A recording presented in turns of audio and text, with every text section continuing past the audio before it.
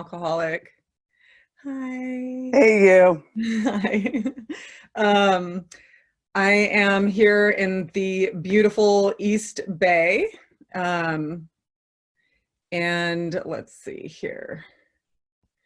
Okay, okay. Um, Sorry, I'm new to this meeting thing too. So anyway, I'm in the East Bay. I'm actually in Albany, which is right next to Berkeley, California. And yeah, this is my first time ever chairing a Zoom meeting, so this should be interesting. Looking at myself, all right, I think I'm all right. I just woke up like 10 minutes ago. Thank God my alarm didn't go off. But anyway, I woke up and I got some coffee, so I'm here. This is quite an interesting time, is it not?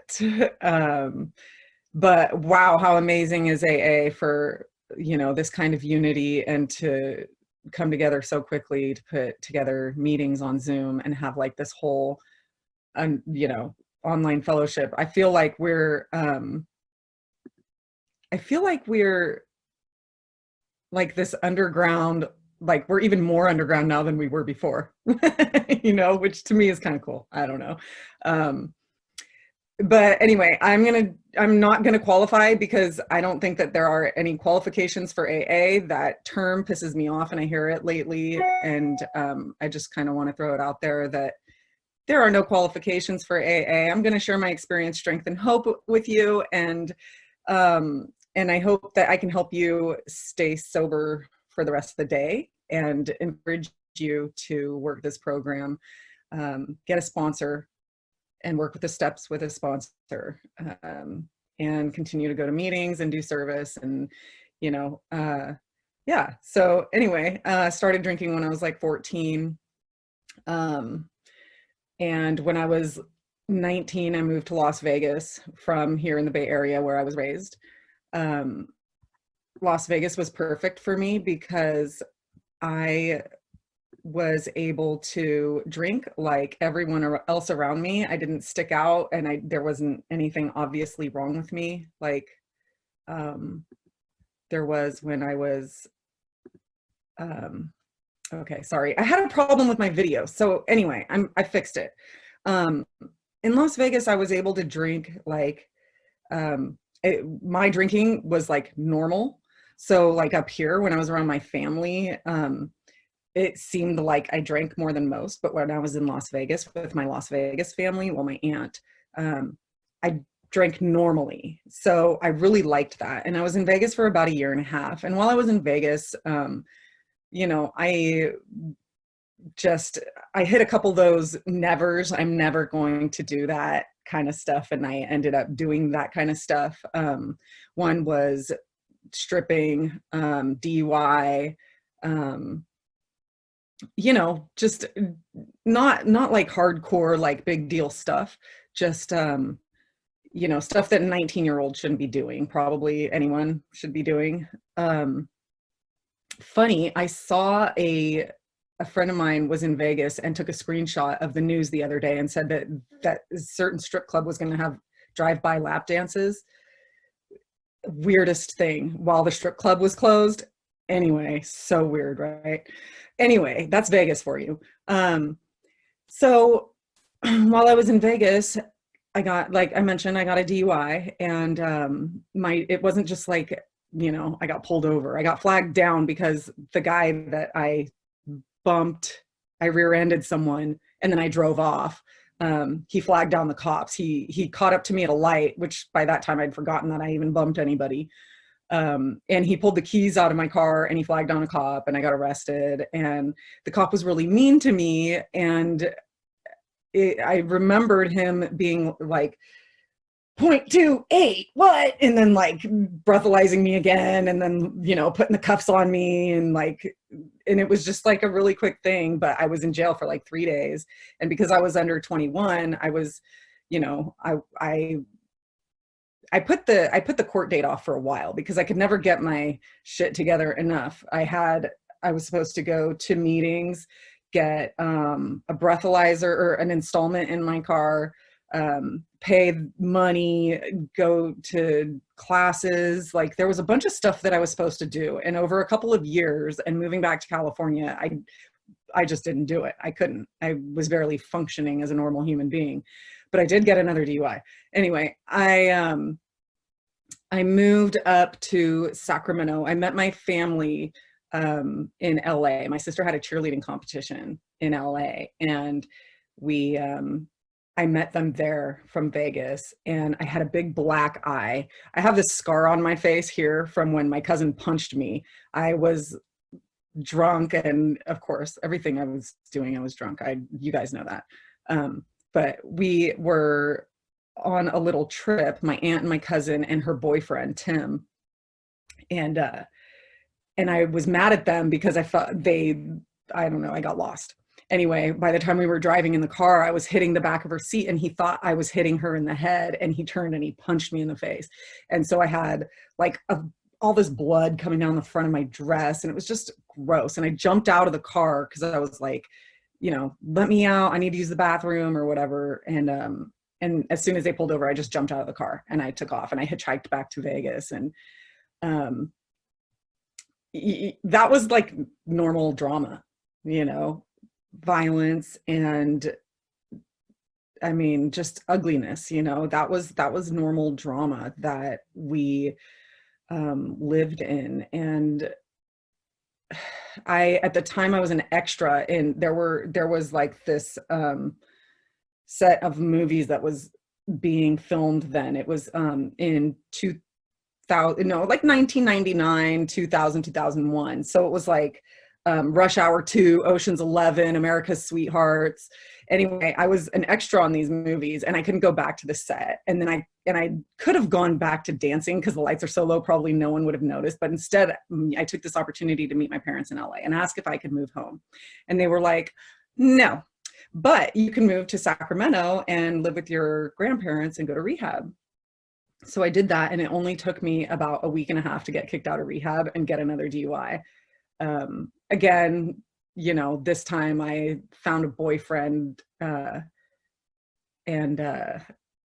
he went to jail, and I went to go visit him in jail at 11 in the morning, and I had my keys in my hand, and they're like, have you been drinking? And I'm like, I don't know what I said, but basically, you know, it was like, okay, you're coming with us. And I went and I sat in Sacramento County Jail for a couple of days. Again, I blew like 0.27 or something. I was 21 years old. It was 2001. And it was nasty. Jail's nasty. It's gross. And your roommate, like everybody's detoxing, so there's all these weird smells coming out of everyone's bodies. It's so gross. You guys know. Anyway, if you don't know, you don't want to know. So just stay sober.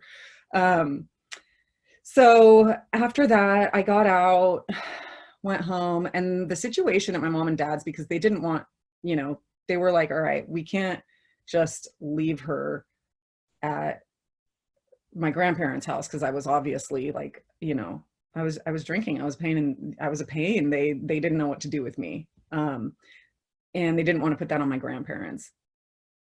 And that grandfather died about a month ago. And, you know, I've been able to make amends to him for that. And we had a great connection, and, you know, he was a wonderful guy, and he was 91. He passed away after living a long life. But that's like one of the really beautiful things about this program, is that I get to make amends for that shit, you know, the best I can. It's mostly a living amends, but I also get to address that stuff face to face and say, you know, where I went wrong, and that I know I was wrong, and that this is what I'm going to try to do better. But he was just happy to see me get sober. So anyway, where was I? I was at home, and the situation at home, like I grew up with, you know, my family was a little bit like at each other's throats. They kind of still are, but you know, now I could deal with it a little bit differently. But my dad, like I remember going into the house one night, and like my dad didn't even acknowledge my existence. He like didn't even look up from his paper or his book or whatever he was reading on the couch. He like just totally ignored me. And that was weird, because we communicated through yelling and calling each other names and stuff like that. So it was really weird that like he didn't even acknowledge me. So that weird indifference, that quiet, I remember that. And I remember it stinging so much and being like, God, what am I doing with myself? So I had that DUI in Vegas I still hadn't taken care of. And, you know, I was driving a car around. I had a boyfriend at the time, the flavor of the week or whatever, who like had busted my windshield, and I didn't have a license. So I was rolling around in this car that like I didn't have a license or insurance. I had a busted windshield, and I was still drinking and driving, and I was only 21. And, you know, besides all like the physical stuff, like I was spiritually bankrupt, like the book talks about. I just didn't want to be around anymore. So I had this idea of, you know, I was going to go down to Vegas and take care of that first DUI. I was going to do the time. I couldn't afford all the stuff they wanted me to do. So I was just going to do the 23 days or whatever it was, and get out and stay clean or drink myself to death. And that was my big plan. And so I went down to Vegas, and while I was there, 2 days before I was going to be sentenced and go to jail for a couple weeks, my aunt's boyfriend came home. He had been in jail and they'd had a lot of domestic violence stuff, but he and I got in a fight, and I stabbed him, and he died. And that night I was arrested for murder, and they didn't put a bail on my they didn't give me bail. I didn't know what was going to happen. I didn't know if I was going to end up staying in prison for the rest of my life or going, you know, I thought like I was on the run for a few hours while they were looking for me. And like I came back because I had this idea that, you know what, I'll get a public defender and I'll prove to my family and everyone that it was self-defense. There were witnesses there. They saw him attack me. So I was thinking that I would have to fight all this, but my family showed up for me, and that was huge. And while I was in jail, I went to my first AA meeting, and, you know, I was ready. Like that was unfortunately like what it had to come to for me to be ready to get clean and sober. And that was in 2002, in April 2002. So next month, if I could stay sober for, you know, until April 9th, I'll have 18 years sober. So I'm doing this thing a day at a time. God is willing. It's not about God being willing. I need to be willing. I try to stay willing. So anyway, obviously I didn't get life in prison, but I fought my case for 5 years. And, you know, during that time, like first I went to rehab, and then I moved into a clean and sober living house, and, you know, slowly got my shit together. It took me 18 months to get my license back, but then I bought a car, and then I went back to school, and, you know, I started living my life, and, or I kept living my life, I should say, but I started living it sober. And it felt like it took so long for me to clean up all that wreckage. And then when I had 5 years of sobriety, I went to trial and I lost, and they convicted me of second-degree murder. So I went to prison in 2007. And in 2017, I came home. So I want to talk a little bit about what it was like when I went to prison. So I go into the jail where I was at for 2 weeks before I got transferred over to the prison. And while I was in there, you know, it was just all I can explain about my feelings were that like I had a broken heart. I felt like my soul was cracking a little bit. In the jail, it was probably like a 20 hours lockdown and out like 4 hours a day. It was something like that. Just enough time to like make a phone call. And I remember crying and calling my mom, and you know, it was so painful for everyone. But, you know, and it was traumatic, but what happened while I was waiting in that unit, I found a 12 and 12, and I decided to memorize the 11th step prayer. So I did that, and thank God for that, because it like first of all, it gave me what I needed to make it through that 2 weeks to get to the prison. And, you know, I was really, really depressed. Here I was with 5 years of sobriety, doing everything I knew I needed to do, but I had to go in and do 10 years. So I memorized the 11 step prayer, and, you know, I got a shitload of mail from my family and friends in AA, and my family. And, you know, I'm really lucky to have had that time out, that 5 years, because if I didn't have that, I wouldn't have had the support that I had when I went to prison. And most people don't get that. They don't get all that support in their family and everything. So sorry, I'm trying to stay on time, so I better hurry. So when I got to prison, we didn't have meetings. We didn't have, there was like one meeting a month, and we had to, like, I had my outside people calling the, you know, the general service office in Las Vegas to talk about, you know, hey, where's H&I? Let's get them in for some meetings. And, it was rough. I went through a patch where I was like, you know, so there were a lot of different phases, but basically, you know, I got my associate's degree inside, and I learned how to train dogs, and I was a tutor. I got a great job in the education department, helping women get their GEDs and their high school diplomas. And, you know, I went to the pardons board twice, but the second time I went, the governor already knew my case and knew who I was. I have a medical condition, and I was going through a lot of really bad medical stuff while I was inside, and they had a lawsuit. I mean, we were going to have a lawsuit, and we tried to get out. And the second time I went, I thought that I was going to get out. I truly thought I was going to get out. And when I didn't, it was like I got a resentment against my higher power. I was mad. I still am a little bit mad, just because I had this expectation, you know, and I know that, and Juliet's helping me work through that. But it's like, I had this idea in my mind, like, okay, this is it, I'm going to get out, but I didn't. And for some reason I wasn't supposed to. And, you know, now sitting here through what all is going on right now, it's like, you know, I'm in a weird way, I have a little bit of gratitude for being locked up, because I'm not freaking out about having this lockdown, because it's not a lockdown, but, you know, I'm a little bit institutionalized still. So anyway, now I got off parole last month. I'm a student at UC Berkeley. I'm getting my bachelor's degree, and I'm going to apply for grad school. I got this scholarship to do undergrad research about the use of jail and prison for women's mental health care in California.